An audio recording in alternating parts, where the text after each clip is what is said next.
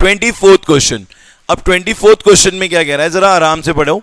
1.2 metre tall girl है, बहुत देर बाद आपको ऑब्जर्वर की हाइट दे रखी है, बहुत स्टार्टिंग में क्वेश्चन आया था तब गिवन थी, ठीक है। स्पॉट अ बैलून मूविंग, एक बैलून है moving with the wind in a horizontal line of height 8.82 metre. कितना है बच्चों? 8.2 metre, 88.2 metre. The angle of elevation of the balloon from the eye of the girl at an angle is 60 degree, ठीक है। जैसे यहां पर ये balloon है, इसकी हाइट दे रखी है 88.2 मीटर, राइट। यहां पर आपको ऑब्जर्वर है, गर्ल है, ठीक है। गर्ल ने इसको ऑब्जर्व करा और गर्ल की हाइट कितनी दे रखी है बच्चों? कितनी दी हुई है? कहां गया? ये पहली लाइन है 1.2 मीटर, हाईलाइट कर लिया हमने से 1.2 मीटर, ठीक है।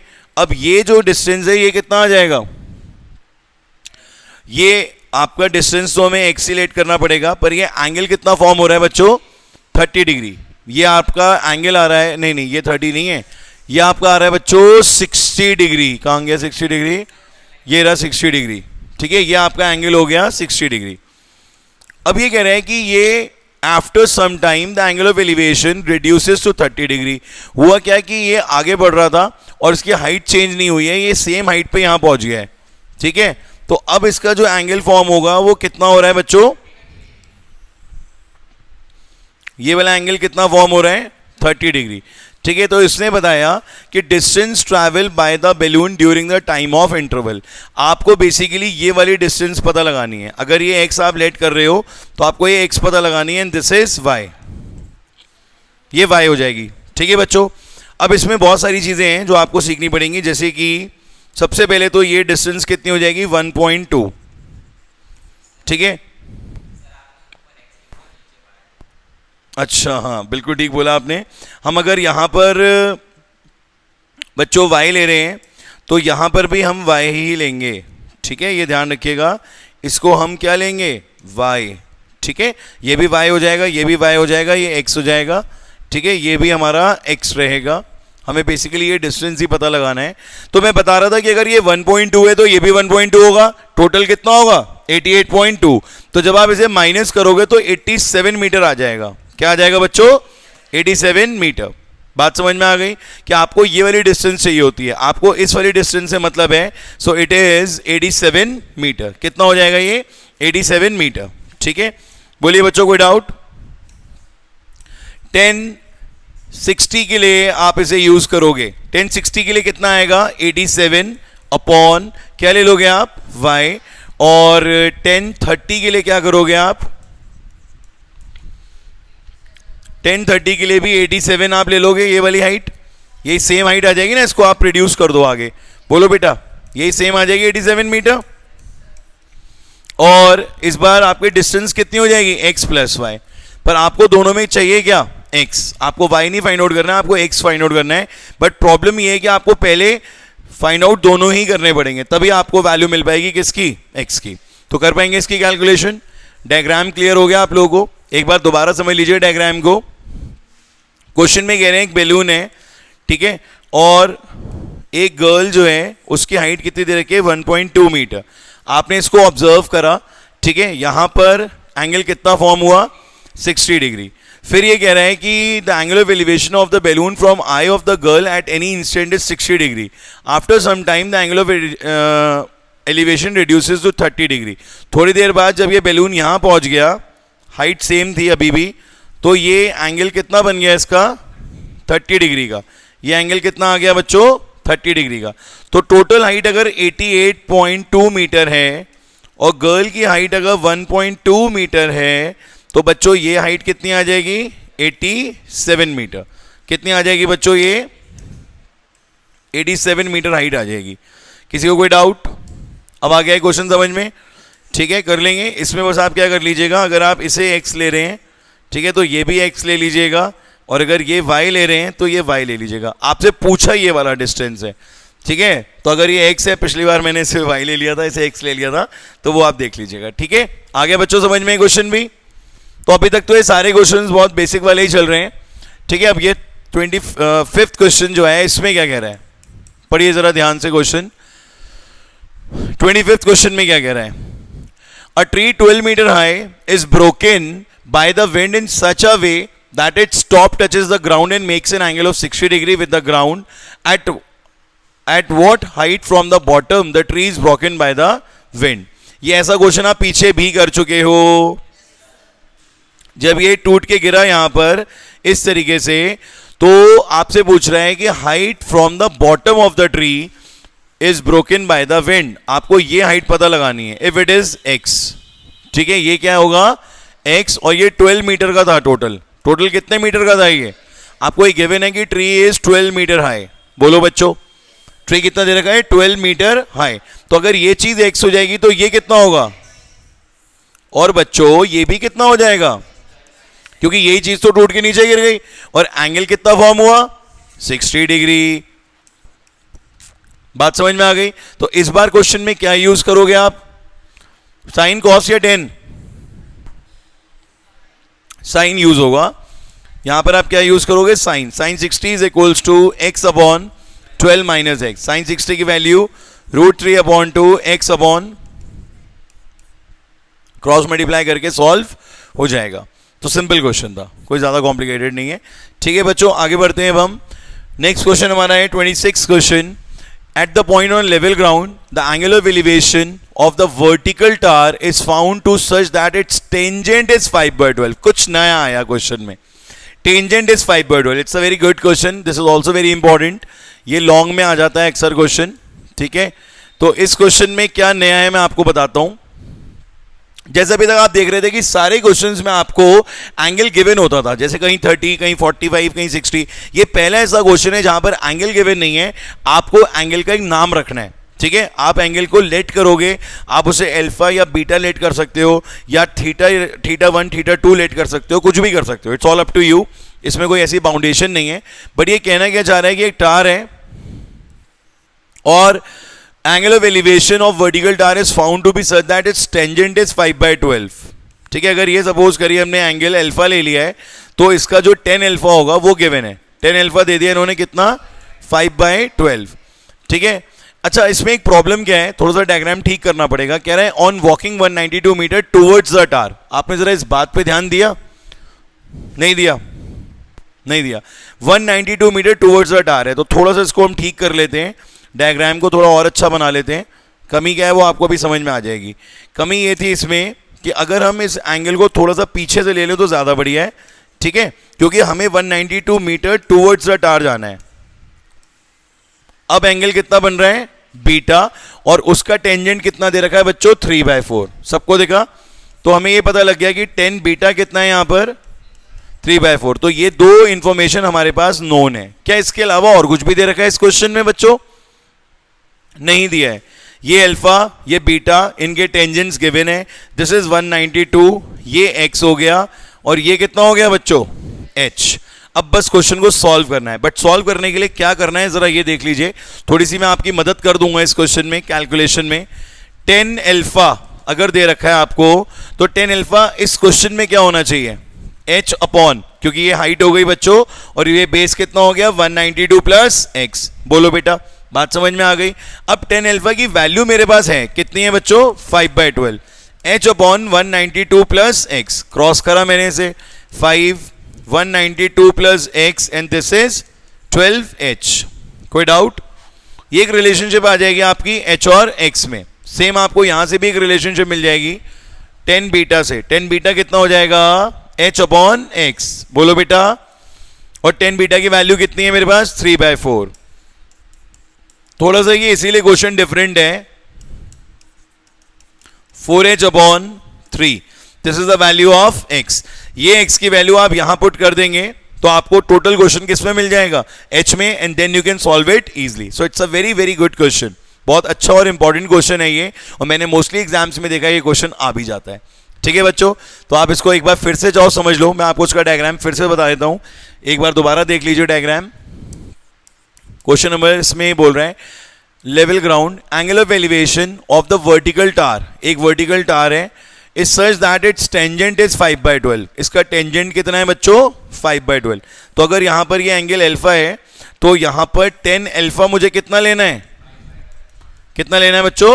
5/12. 12 कहता है on walking 192 metres towards the tower, मतलब टार की तरफ जा रहा हूं मैं, कितना जा रहा हूं 192 मीटर। अगर ये टार है तो मैं इसकी तरफ बढ़ रहा हूं, अवे फ्रॉम द है कोई चीज तो आप दूर जा रहे हो, पर ये क्या कह रहा है 192 मीटर टुवर्ड्स द टार, तो आप टार की तरफ बढ़े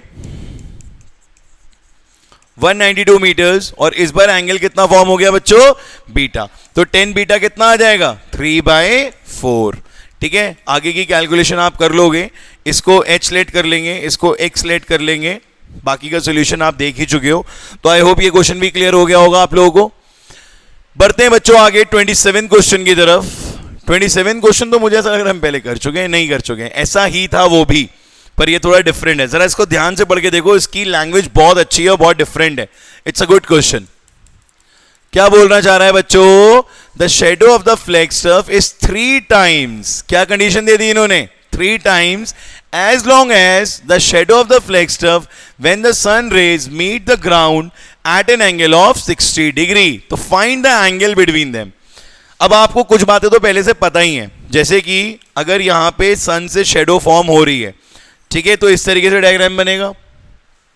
ठीक है, ये कह रहे हैं कि यहां पर एंगल बताओ क्या होगा, अगर 60 पे हमारी x है तो ये 3x फॉर्म हो रही है, बात समझ में आई आपको, दोबारा से पढ़ो क्वेश्चन।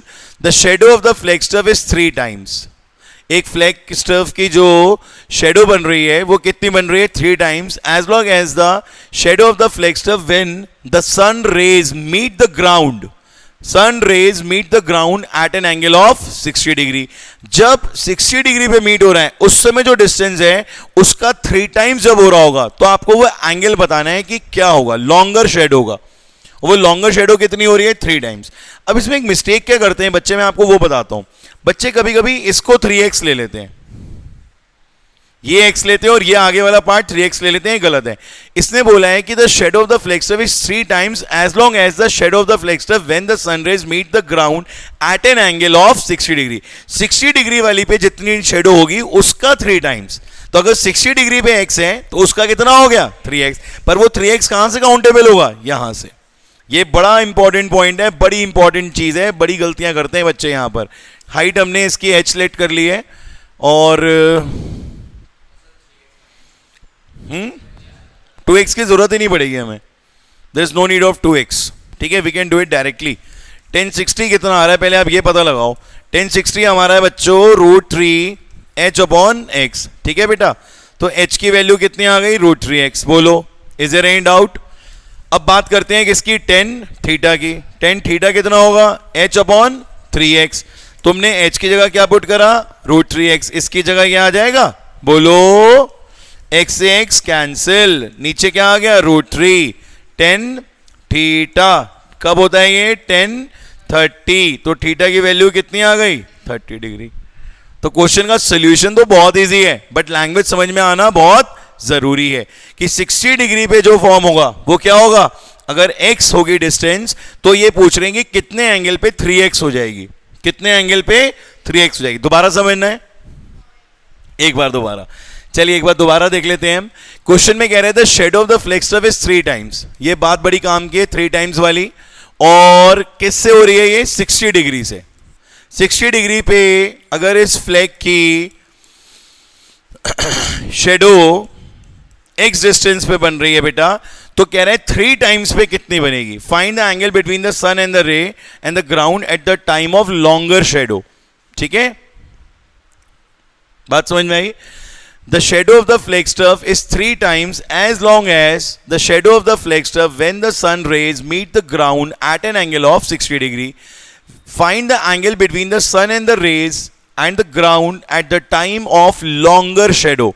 तो लॉन्गर शेडो यही तो हुई 3x वाली, ये एंगल कितना हो गया थीटा। डायग्राम सिंपल है, सिर्फ लैंग्वेज का रोल है, अगर लैंग्वेज आपको क्लियर है तो कोई दिक्कत नहीं होगी इस क्वेश्चन में भी। बढ़े आगे बच्चों, थोड़े से क्वेश्चन बचे हैं अभी, रीस्टार्ट कर देना। अब कहता है the angle of elevation of the top Q, बहुत बढ़िया क्वेश्चन है, अच्छा क्वेश्चन है। Top Q of the vertical tar P Q, ठीक है, the angle of elevation of the top Q of the vertical tar P Q. एक vertical tower है P Q, हम ऐसे लिखते हैं जनरली, पी क्यू लिखते हैं, नहीं लिखते हैं, पर गलत है, ये नहीं होगा। क्या लिखा है यहां पर? Top Q. मैंने हाईलाइट कर दिया था इसीलिए। बोलो बेटा, आ गई बात समझ में? नहीं आया तो टॉप पे क्या लेना है? यस, टॉप पे क्या लेना है? क्यू, ये रहेगा पी। कहता है of the vertical tar P Q from the point x on the ground is 60 degree. Ground पे पॉइंट हमारा क्या है? एक्स, और टॉप क्यू से जो एंगल बन रहा है वो कितना बन रहा है? 60 डिग्री। बोलो बेटा जी, बात समझ में आ गई सबके? कहता है at a point y 40 metre vertical above x. अब एक्स से ऊपर जाना है वाई की तरफ, और कितना लेना है? 40 मीटर। बात समझ में आ रही है ना? धीरे धीरे करके पढ़ोगे सब समझ में आएगा। कह रहे हैं एक्स से वाई की तरफ जा रहे हैं 40 metre above, the angle of elevation is 45। इस बार एंगल ऑफ एलिवेशन कितना बन रहा है बच्चों? 45 बन रहा है। Find the height of the tower P Q and the distance x Q. आपको एक्स क्यू भी बताना है और पी क्यू भी बताना है। नो वरीज, ये 40 हो जाएगा, टोटल हाइट h हो जाएगी, ये कितना आ जाएगा? h minus 40। कोई डाउट? कितना आ जाएगा बच्चों? ये h माइनस 40। और अगर हम इसे a लेट कर लेते हैं तो ये भी क्या हो जाएगा? a। ठीक है, तो एक बार आप क्या यूज करेंगे यहां पे? 10 45 कितना हो जाएगा? h minus 40 upon a। और एक बार आप क्या यूज करोगे? 1060। 1060 में क्या आ जाएगा बच्चों? h upon a। सॉल्व करने का प्रोसीजर आपका सेम रहेगा जैसे आप पहले कर रहे थे, क्रॉस मल्टीप्लाई करके फाइंड करनी होंगी आपको वैल्यूज को। ठीक है, फिलहाल आपको ऐसा करने से क्या मिल जाएगी? Height of the tower P Q, मतलब you will get h easily, आपको पी क्यू मिल जाएगा। दूसरी एक चीज और पूछिए यहां पर बच्चों, डिस्टेंस एक्स क्यू। अब बताओ बच्चों, एक्स क्यू में क्या करोगे आप? What we do for x q? ये दे रखा है हमें एक्स क्यू। एक्स क्यू के लिए जब हमारे पास h आ जाएगा, ओके, जब h आ जाएगा, हाँ, फिर आप इजीली यहां पर एक्स क्यू को फाइंड आउट कर सकते हो। क्या करोगे एक्स क्यू के लिए? वैसे मुझे बताओ जरा, अगर एंगल 60 है ये, तो कैसे फाइंड आउट करोगे एक्स क्यू? कॉस लगा सकते हो आप। कॉस की नीडिंग है वैसे, अगर ये परपेंडिकुलर हो जाएगा, पूरा h आ जाएगा और ये 60 है, तो आपको साइन लगाना पड़ेगा। एक्स क्यू के लिए क्या यूज करोगे आप? साइन। साइन यूज करते ही आपको मिल जाएगा। एक बार इसका डायग्राम दोबारा से देख लो।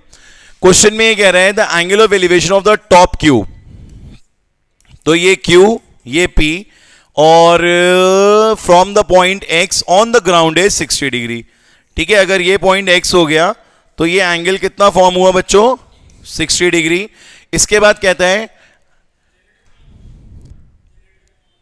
नहीं हो रहा ऑन, क्यों?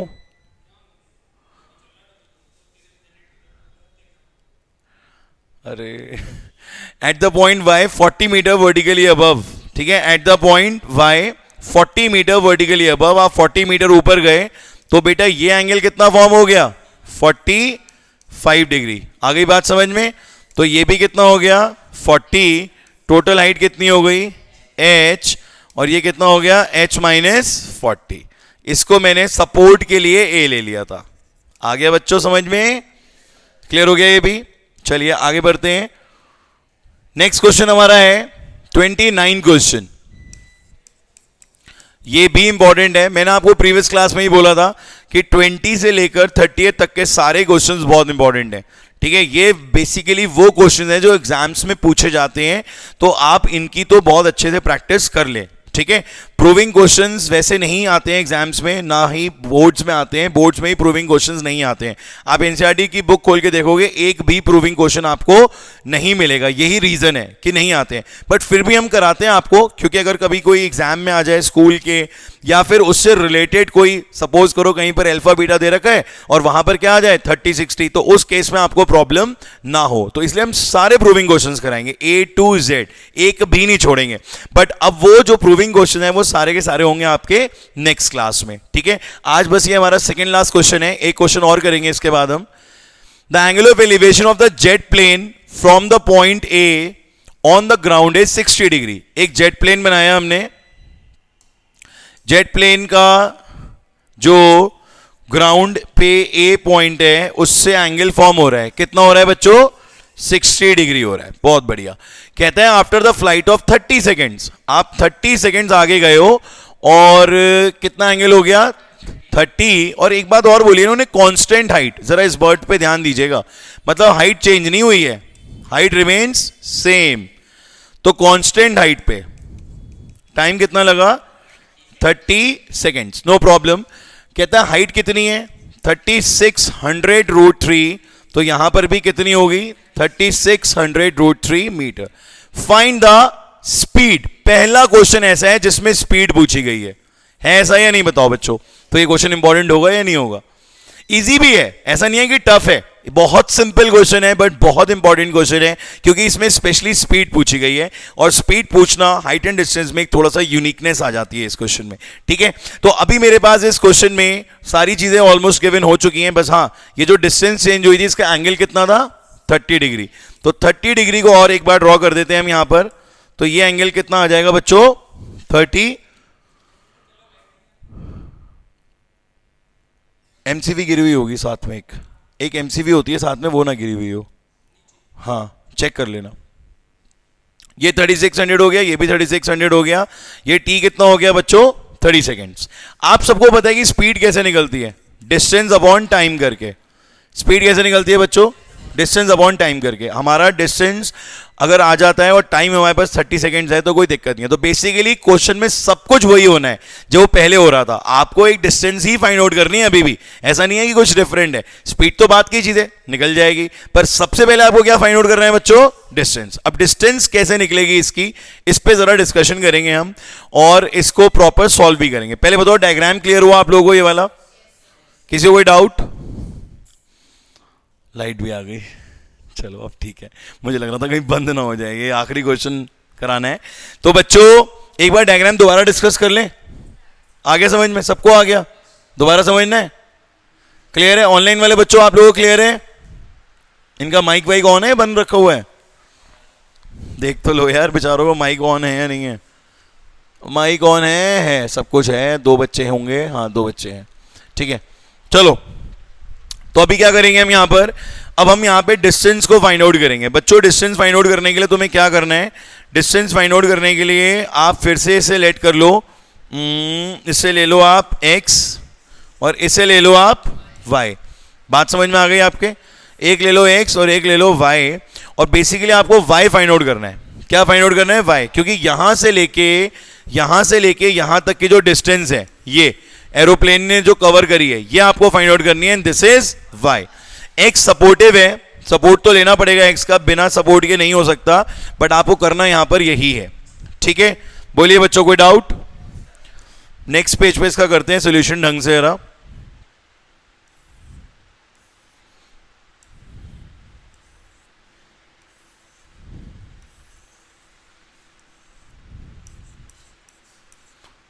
ये एरोप्लेन की डिस्टेंस है 3600√3 मीटर्स, हाइट है ये बच्चों, इसकी डिस्टेंस नहीं है, हाइट है। और इसको मैंने ले लिया है x और इसको ले लिया है y।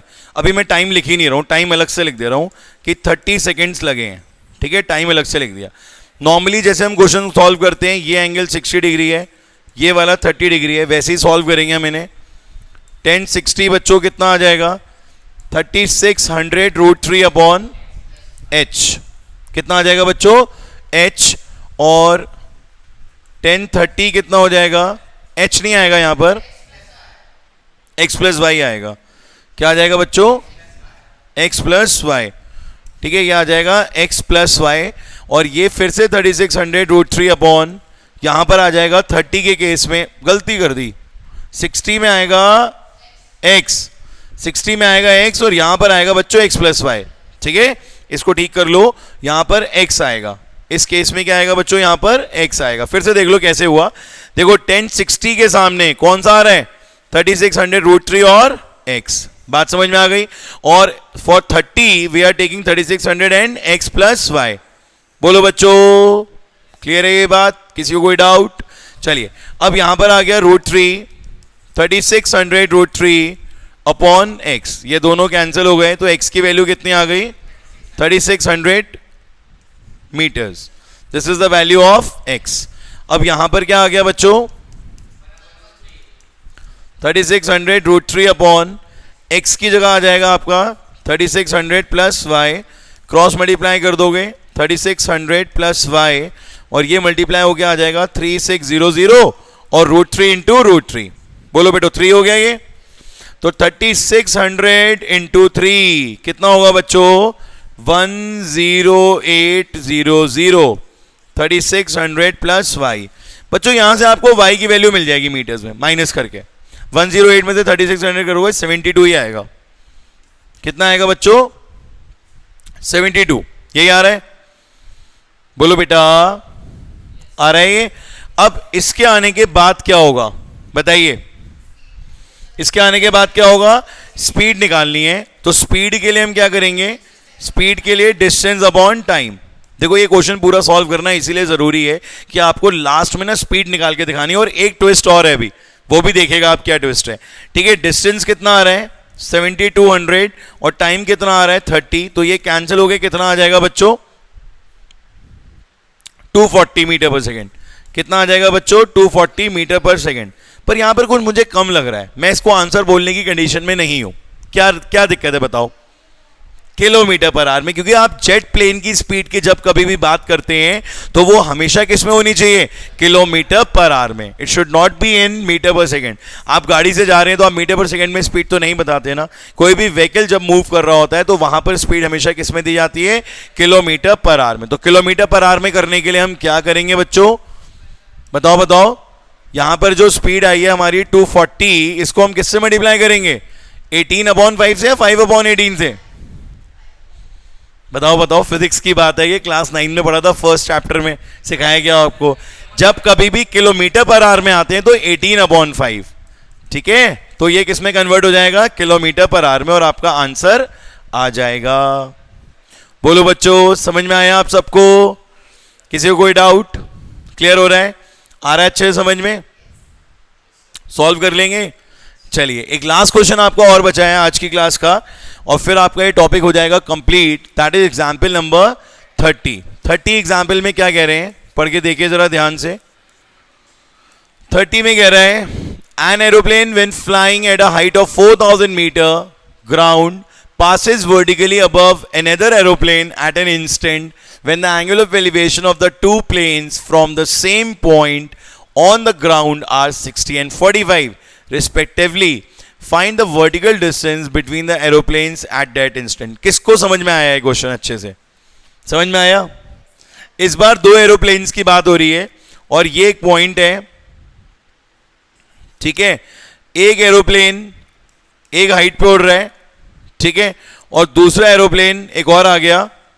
तो यही इन्होंने बोला है, when flying at the height of 4000 metre from the ground passes vertically above another aeroplane at an instant. मतलब एक जो है वो 4000 पे है और वो कहां से पास हो रहा है? एक और एरोप्लेन के। ठीक है, और the angle of elevation of the two planes of the same point on the ground है 60 एंड 45।